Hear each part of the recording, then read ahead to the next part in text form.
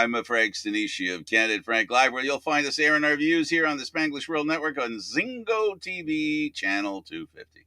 Please remember to download the Zingo TV app at the respective app stores for iOS and Android devices. While you download, make sure you rate and leave a comment. Both apps are absolutely free. Zingo TV is available on Google Chromecast, Amazon Fire, Fire TV sticks, Roku sticks, and also on all smart TVs 2016 forward. Now on Candid Frank Live, joining me is Aaron William Freeland. Hello, Aaron. How you doing, buds? Doing well, Frank. How are you? So how'd you like the game yesterday? It was interesting. A lot more interesting than I originally thought it was going to be, mainly because of that wonderful start they got off to in the first quarter. But other than that, wasn't too shabby. I used a live human emoji.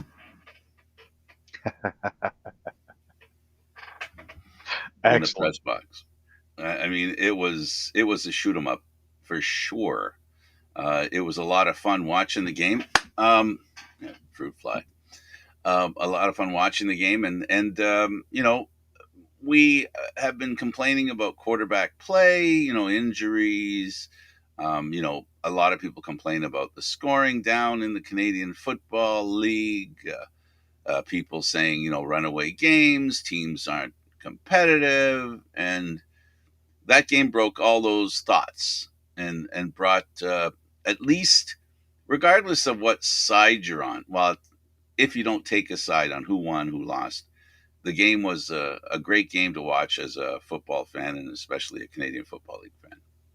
Oh, definitely. I mean, with Kelly coming in there and throwing 4 TD passes and Leak with that 79-yard return, um, that game had a little bit of everything for everyone. Some controversial calls, as usually happens in the CFL. It was, one of those things where I know Dinwiddie said that they wanted to go no huddle to run the ball on second down. And that actually seemed to work for them pretty well when they went no huddle. But yeah, the wind was a good factor as well. Anywhere from 28 to 41 kilometers an hour is certainly going to test your kickers and your quarterback's arm. The flags were horizontal, literally. Yeah.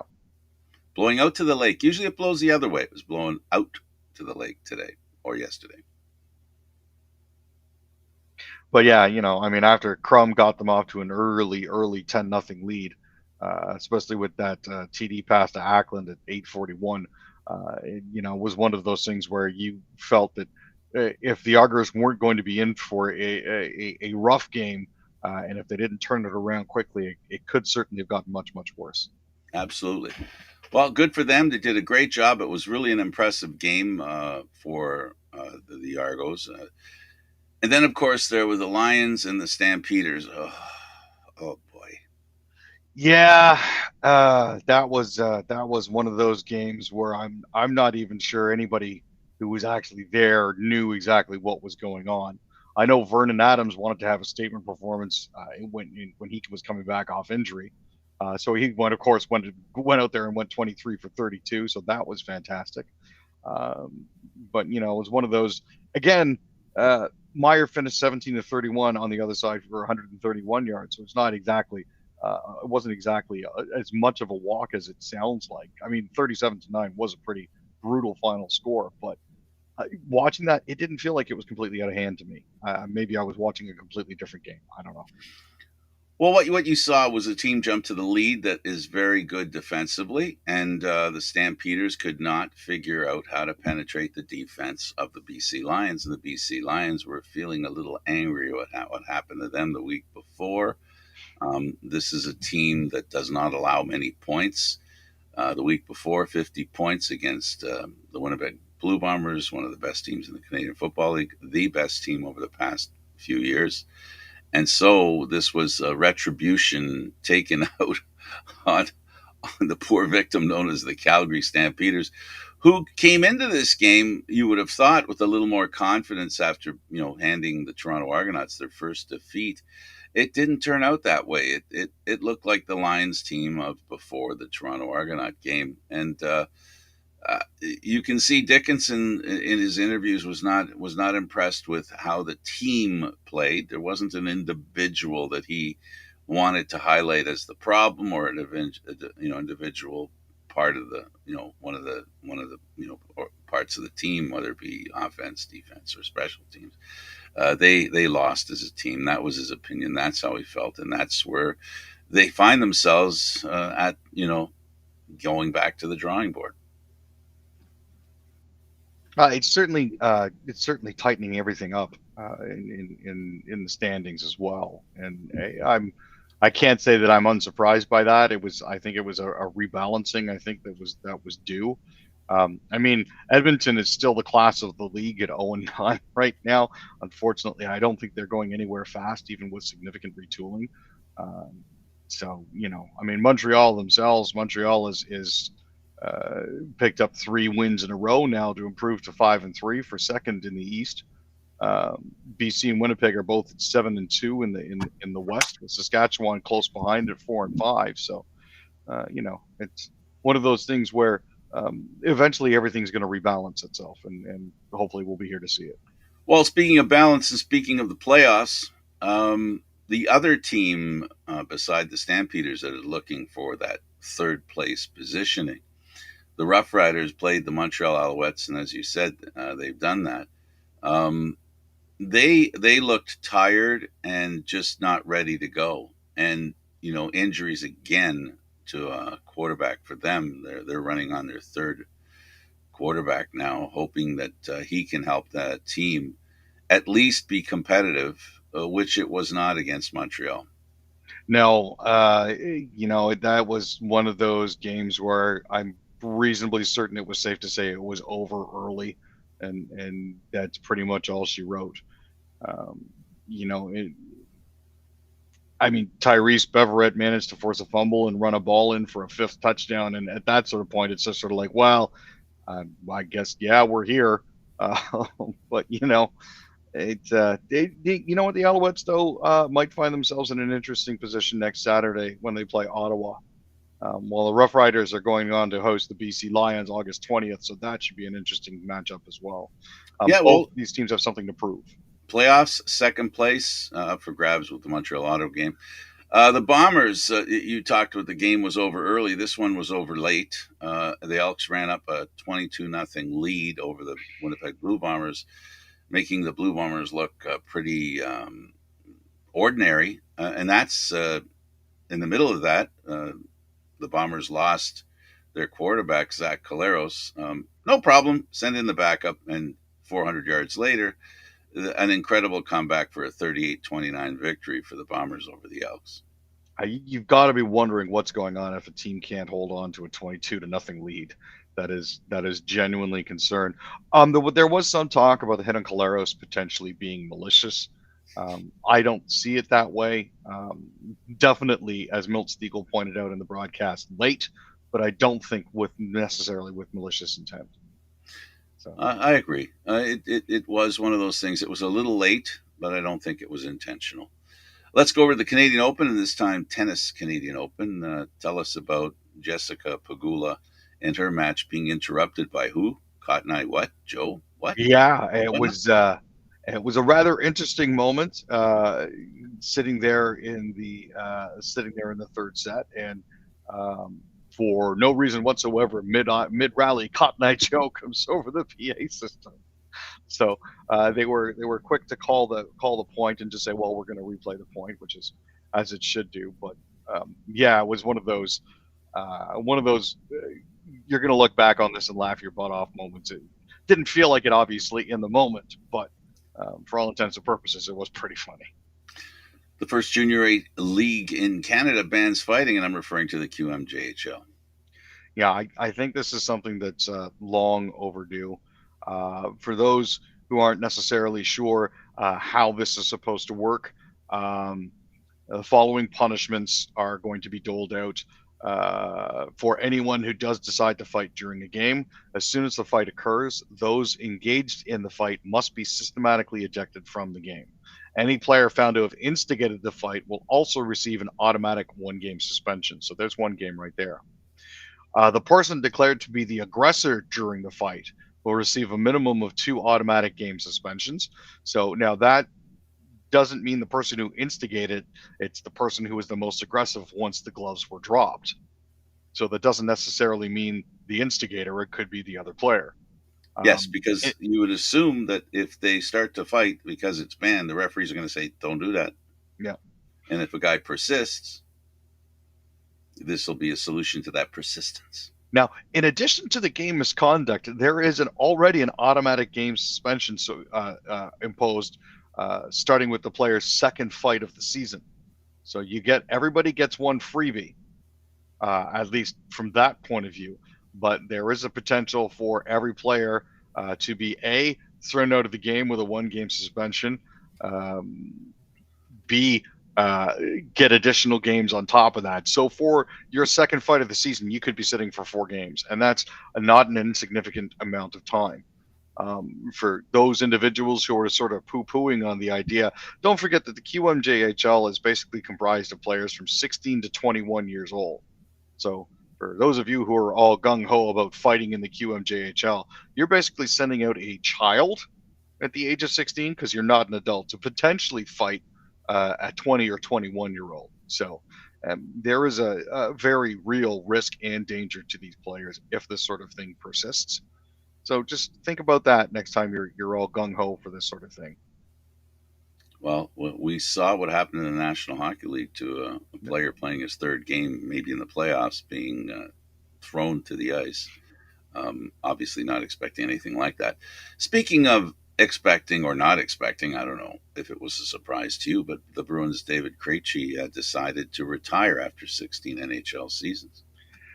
Yeah, it was one of those things where he's played 1,032 career games over 16 seasons.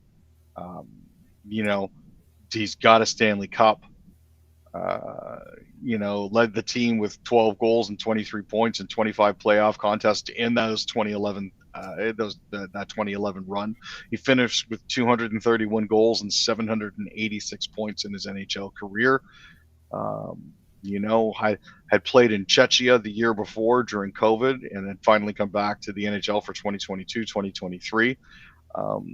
It's one of those things where I'm happy he won't be around to pester the Leafs anymore, but also saddened because hockey's losing a great player and a great ambassador.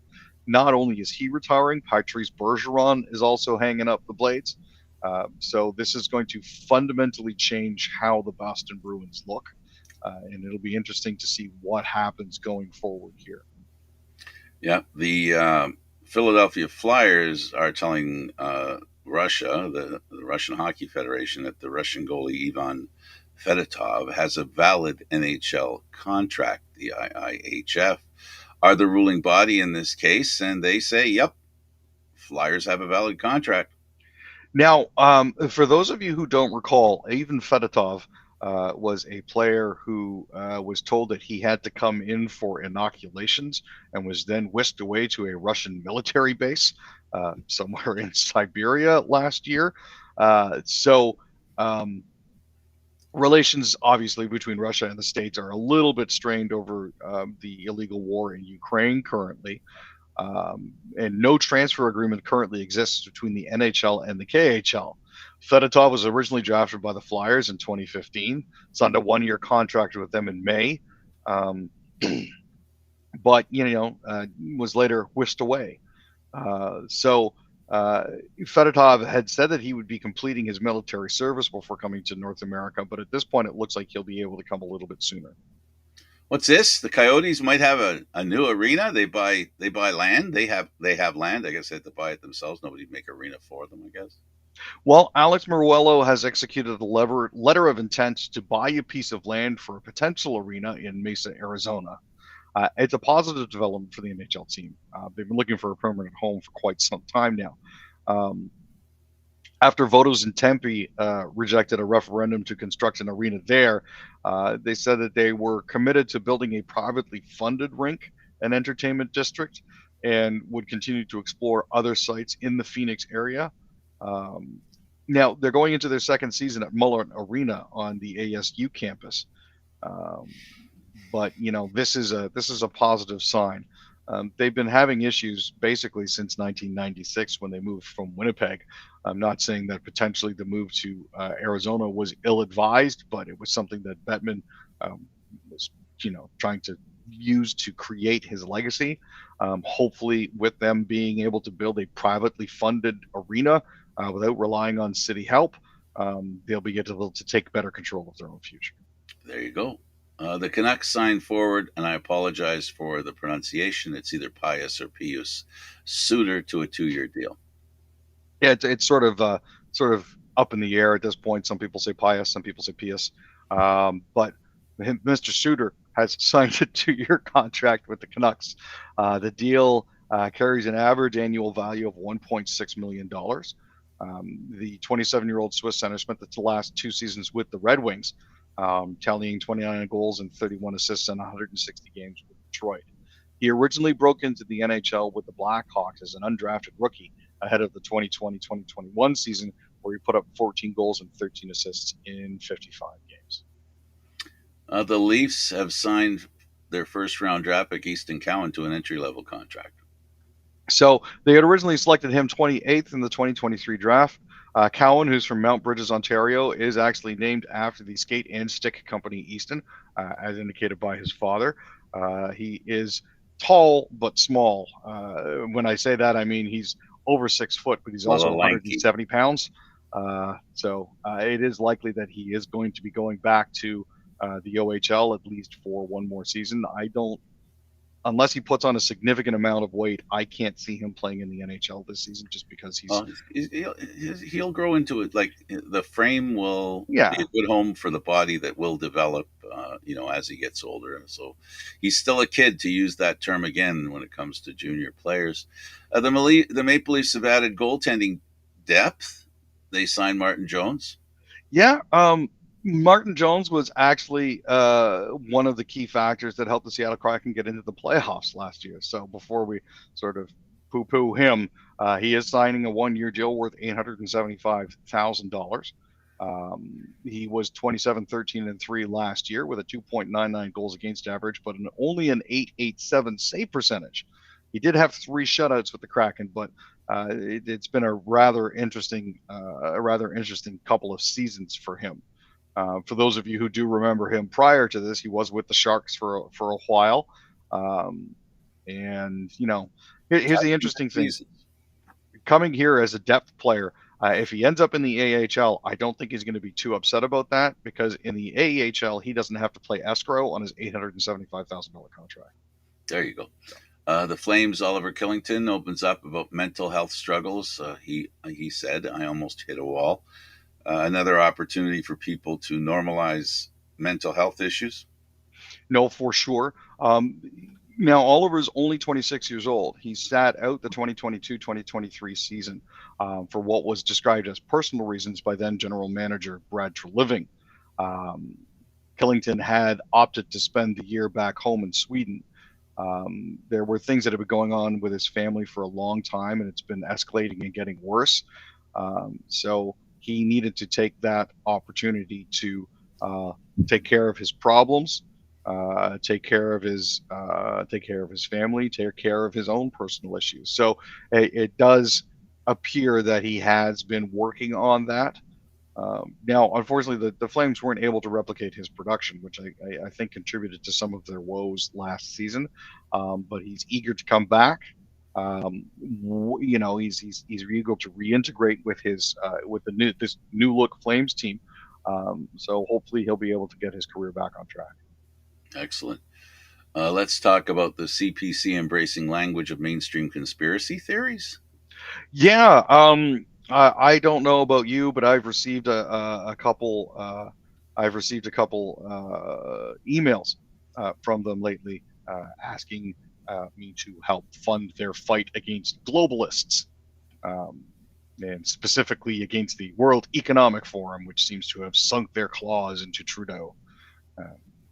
So there's a lot of stuff that's going on there that is a little bit dog whistly, and a little bit shady.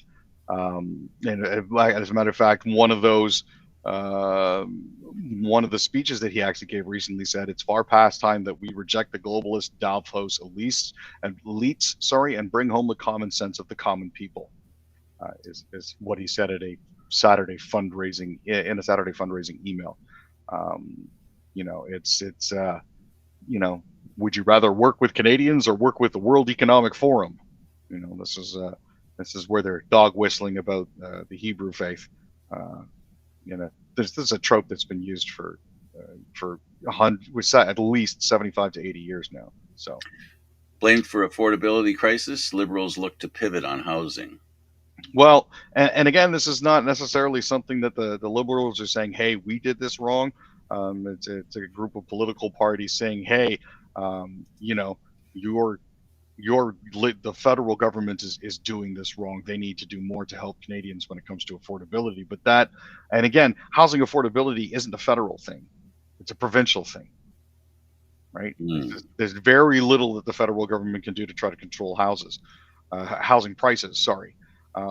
The average price of a home sold in June 2023 was $709,000, which is up from $455,000 from October 2015, which is when the Liberals first came to power. So you can see there's a lot of expansion there. But again, it's not something the federal government can really control. Oh, well, we'll have to leave it there. Thanks, Aaron. Appreciate that, Frank.